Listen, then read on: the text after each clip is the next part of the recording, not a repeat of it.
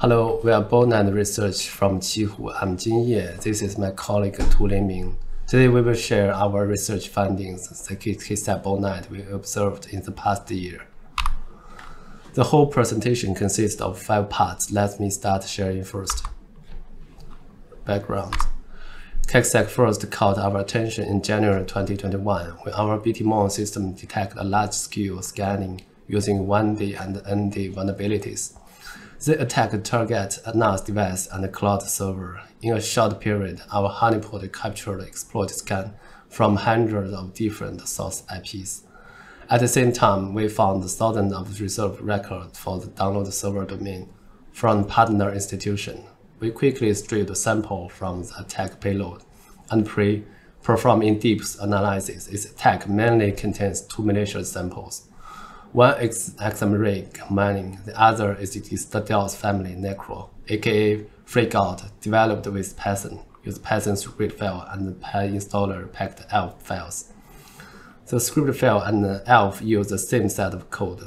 Through the code version information, we found that the developer is Freak, and the first version was developed in 2015. Through the version information in Necro, we found the pastebin account named keksec and shared many code snippets. We analyzed all the code under the pastebin. The malicious code involves Auto8, JavaScript, Python, Bash, C, and other languages, convert Windows and Linux platform, as well as exploit attack against the variants of cloud server and IoT device. Among them, there are near every version of Necro and variant CancerNet. There is a high degree of similarity in their code structure. A lot of version information is retained in this code. We can see that Freak has joined or found multiple organizations and used multiple nicknames. For example, he founded or joined the Salamander Squad before 2014. Since 2016, he has used multiple code names: Populous Control, Sysmax, Sedura, Nonsec, Belanco, and keksec 2020. We found a record of using these nicknames to peddle malware on HM forum, and this software appeared in sample set we later caught. We found a group of Gafgyt variants on Necro's download server.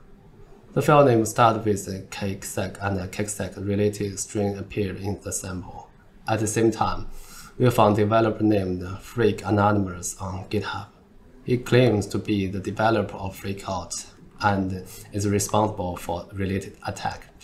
The shared code extremely code used by Necro. In summary, we believe that Freak is co-developer of keksec organization. In order to understand the background of keksec, we have collected more information on various social platforms, most of which have been suspended. There is only one account, LE_keksec, created in 2016 on Twitter, which has been very active in recent years. However, the organization only carried out high-profile attack on Billboard and did not disclose any other type of hacking activities, nor did disclose any information about its members. It used to be famous to hacking Billboard and post McAfee tweets, which were later reposted by McAfee himself. There are reports that the organization hacked Qihoo VPN server and leaked certification information. Subsequently, the organization stated on Twitter that it has nothing to do with them, and another person launched the attack. Through the analysis of historical Twitter, no record of DDoS hacking activities in the organization can be found. This is completely unrelated to Freak's long years of detect activities, so we can't associate this keksec with Freak's keksec. Judging from the existing information, we are unable to list the detailed organization members of keksec, but this does not affect our tracking analysis of the organization hacking activities. We sought out keksec's attack activities from August 2020 to present and analyzed samples and exploits. First, we summarized the corresponding error rules by analyzing the hunted samples and scanned back the sample database to find the hit samples. Then we group them by clustering and remove the false positive samples that clearly did not belong to keksec. Leaving about 5,000 samples, we use this as seed to extend the sample sets through our own threat intelligence mining system, correlating queries on capture time, exploit, and some other relevant attribution. Finally, we got the targets that need to be analyzed. In the past year, we captured a total of 23 exploits, 5,564 samples, and 3 malware family ignoring variant classification. Use this data as base to come through keksec's historical activity. We have generated the following chart. We can see that keksec launched a scan and attack on target across network almost non-stop. Our honeypot see new variants and exploit all the time, except some occasionally breaks. When a new exploit is introduced, the scan increases significantly. The year-long attack campaigns can be divided in 2 phases as shown. High-frequency attacks are maintained until December 2020 and resumed in January 2021, while keksec started spreading the brand new malware family Necro. Keksec launched 2 types of scanning attacks, one using identical scanning server and the other using simple built-in scanning capabilities. We do not distinguish between these 2 scanning methods and only focused on scanning payload information for statistics. We counted the new exploit and payload propagated malware families in chronological order. Comparing the new captured exploit time point and the POC exclusion time, it can be seen that keksec's utilization of 1 day is very fast, especially after the start of necro propagation. The attack activity can often be seen within a few days of POC exposure.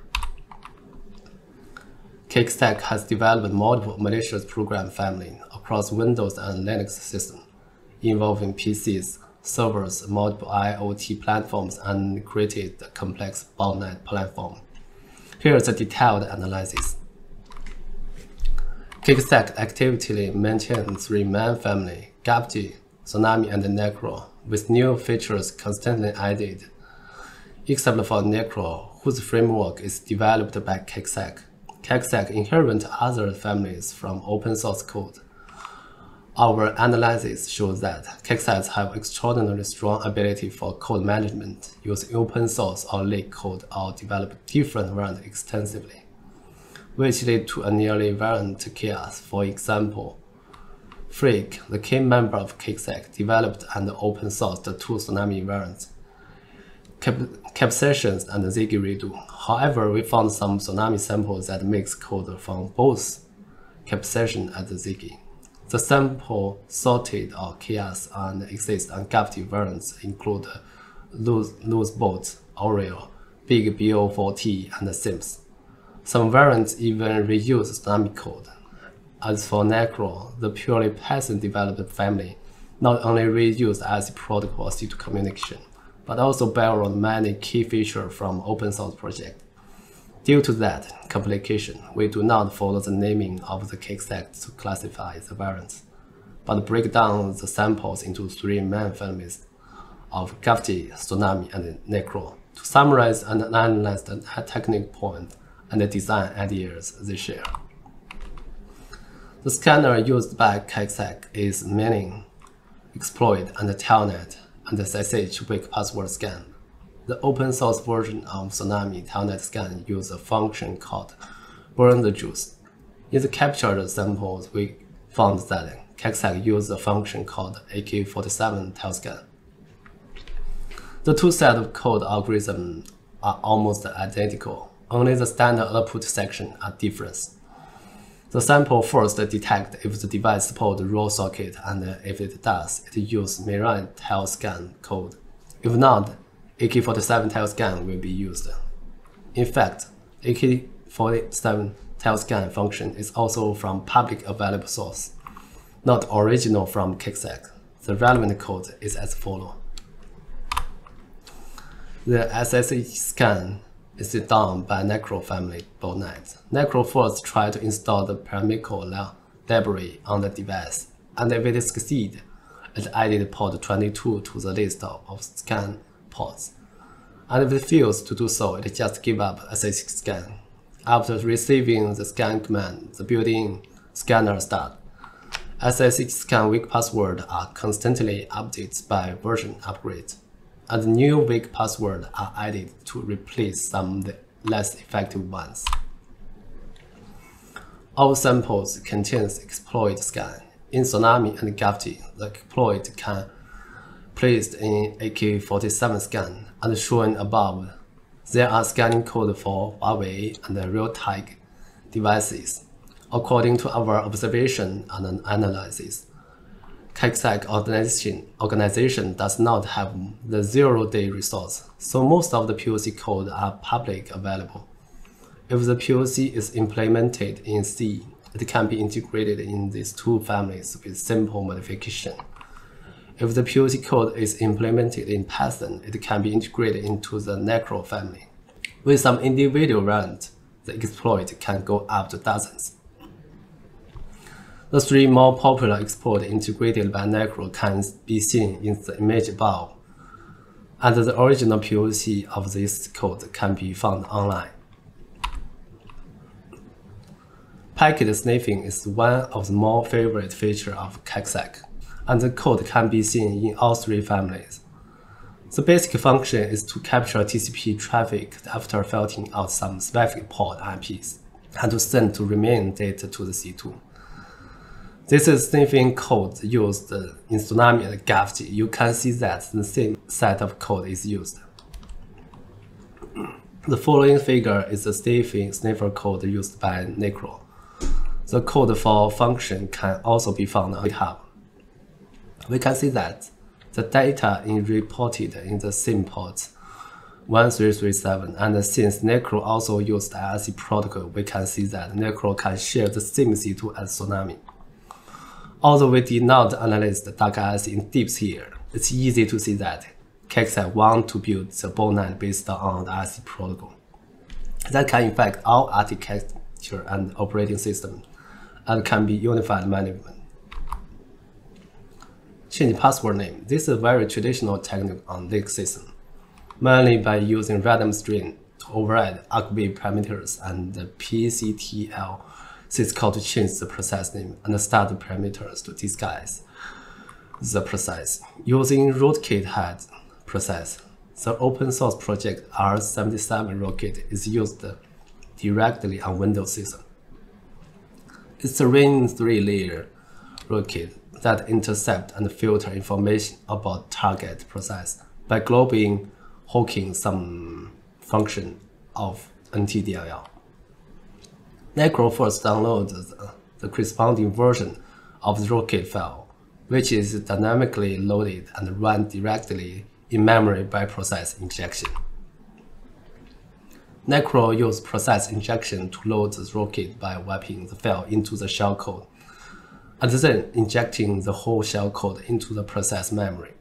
The loading of the rootkit is done by the shellcode, which comes from an open source project on GitHub named RDR.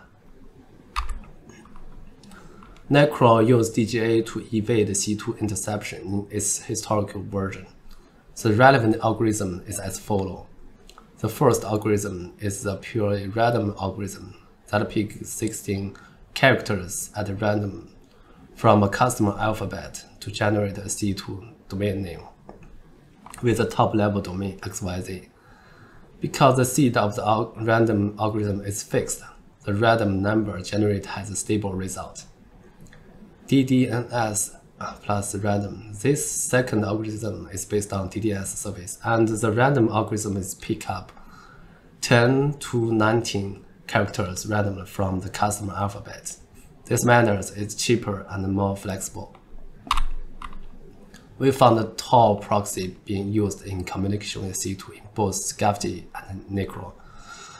Tor proxy is used in talk to C2 up to 173 proxy IPs can be used for a single sample. A communication is established by randomly selecting one from the list of the candidate proxies, and if it succeeds, a connection to Onion C2 will be followed. Necro also uses Tor proxy to reach Onion C2, and the RC protocol is used for C2 communication. Most of Gafgyt and Tsunami samples we captured are not packed and have no stripped symbolic information, and a few of them packed samples use the standard UPX shell, which can be removed directly with open source tool, and the unpacked samples are also not stripped. Obfuscated. Gafgyt and Tsunami sample encrypt sensitive strings such as C2 address with a simple mapping algorithm, and decrypt them with a decode function using strings. This algorithm, also developed by keksec, is used by a Tsunami version called zk In the nearly version, the code table was identical to the one in the original zk code. After several integrations, the code table was changed to this one. Necro also cryptographically protects the string by first performing character substitution, then doing zip compression.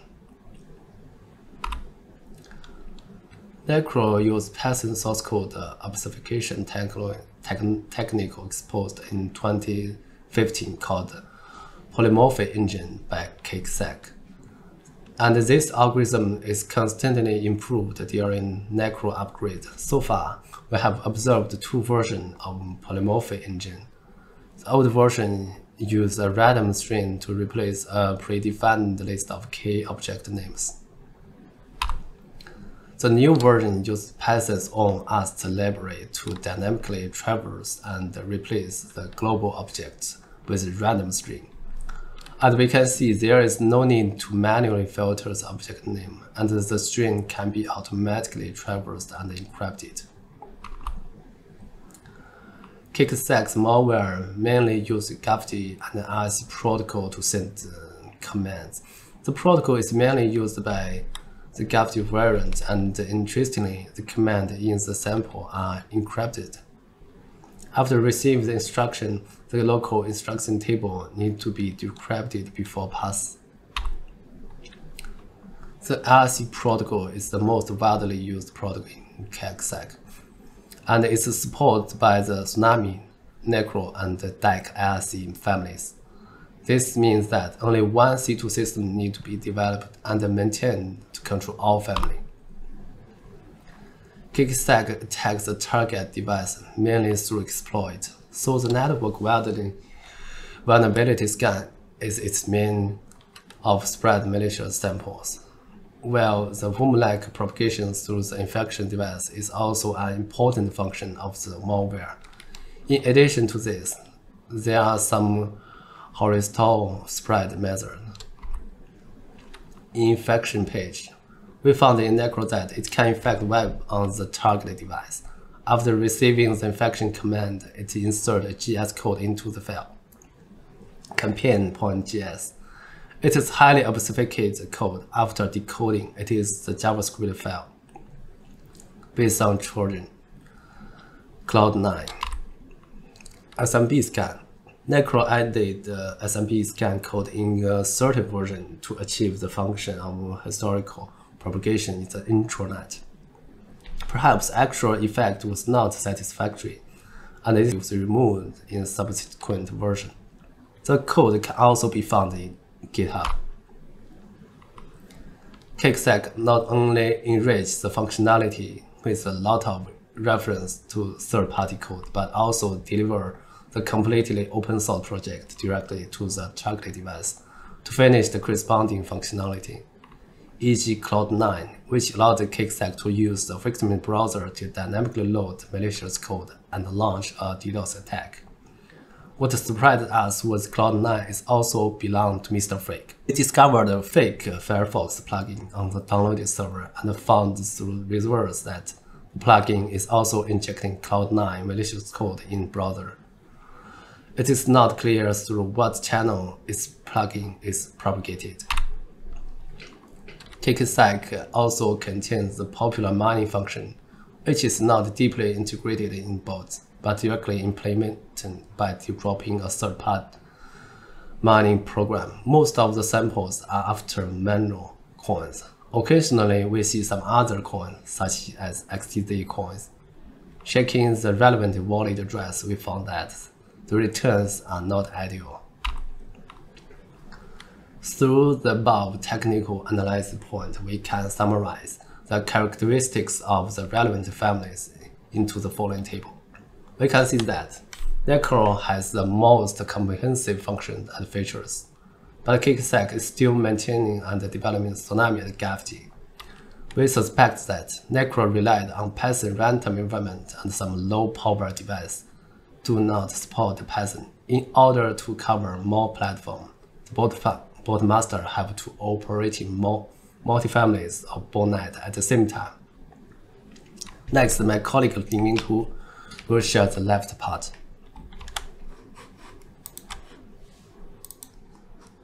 Hi guys, I'm Alex Turin. I will bring you a brief introduction to the keksec operations. Based on the capture samples, we respectively did some statistic analysis on their operations. The relative conclusions are as follows. First, let's talk about the Necro family. We use the samples on March 11th as the basic version and describe several subsequent versions with obvious functional and logic changes. In the malicious code, the author used a string as a mutex to achieve certain executions. Different mutex can correspond to different major version update of the Necro. So we use the mutex string as a version mark, which simply divide the Necro's update during this period into 3 stages. Stage 1, outbreak. The mutex string is again nigger flag. At this stage, the Necro uses DGA and Onion to double-kill Linux and Windows platform. And during this period, the author frequently use multiple online and offline vulnerabilities to take the effect. Stage 2, development. The mutex string is international cyber warfare. At this stage, the author gave up DGA, turned to a large number of proxies to access the Onion network, and improved the botnet's functionalities and stability. Stage 3, stable.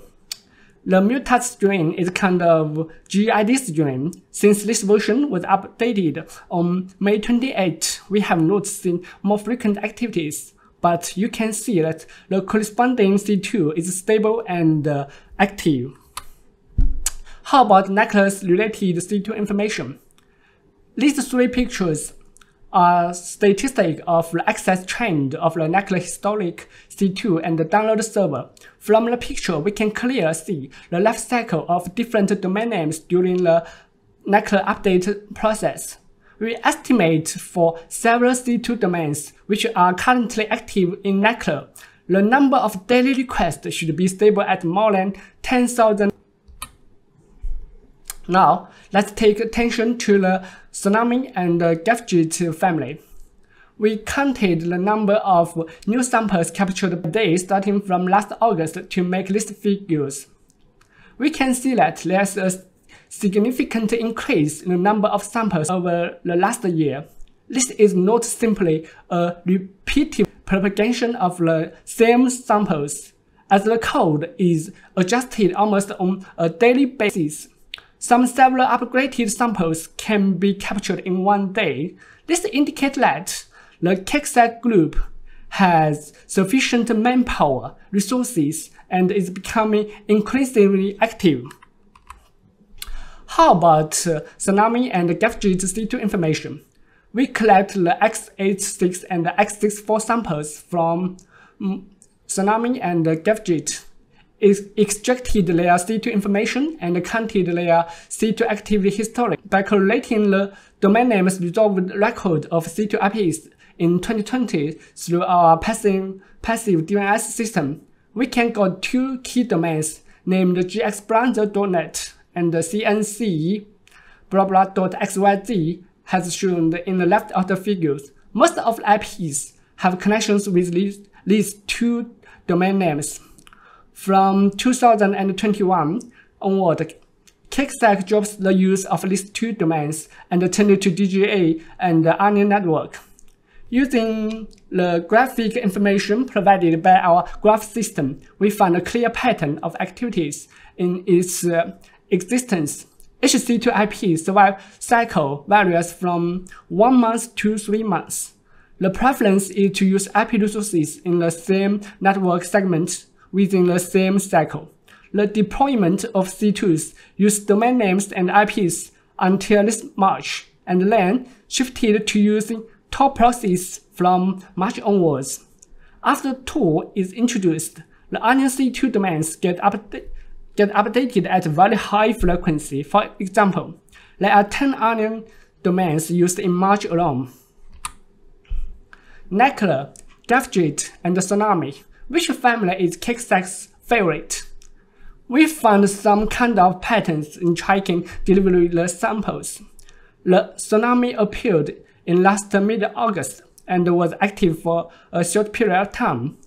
The Gafgyt was active intermittently from September to December. A malicious family named Neclar suddenly appeared in this January. From earlier to the mid-February, first the Tsunami resumed the propagation, then Gafgyt, then followed by the Gafgyt 2. There are many similarities between the Gafgyt 2 variant and the previously captured Gafgyt samples from the code level. They are clearly homogeneous. Each family is constantly switching between development and propagation cycles. In the development cycle, a large range of improvement would be made. This kind of change as you distribute approach is used to continuously improve the botnet's functionalities, which result in a large number of different samples be distributed in a short period of time. Okay, finally, we come to the last conclusions. There may be several hacker groups with the same name, keksec. We are tracking freaks keksec. We can see the scans and attacks across the network launched by keksec almost never stop. Although it has no zero-day exploit discovery capabilities, its strong code integration and botnet operations make it a destructive hacking group, and the speed of one-day exploit utilization show that it could be a very organized, productive, and aggressive group. Keksec is trying to make profit from DDoS, mining, stealing sensitive information, and selling malwares. Through this long-term tracking, we can see that DDoS attacking is the most active one, which may be the biggest source of revenue of the group. However, keksec has not given up on other means and has kept expanding into new directions. We will keep an eye on it. That's all. Thank you for listening.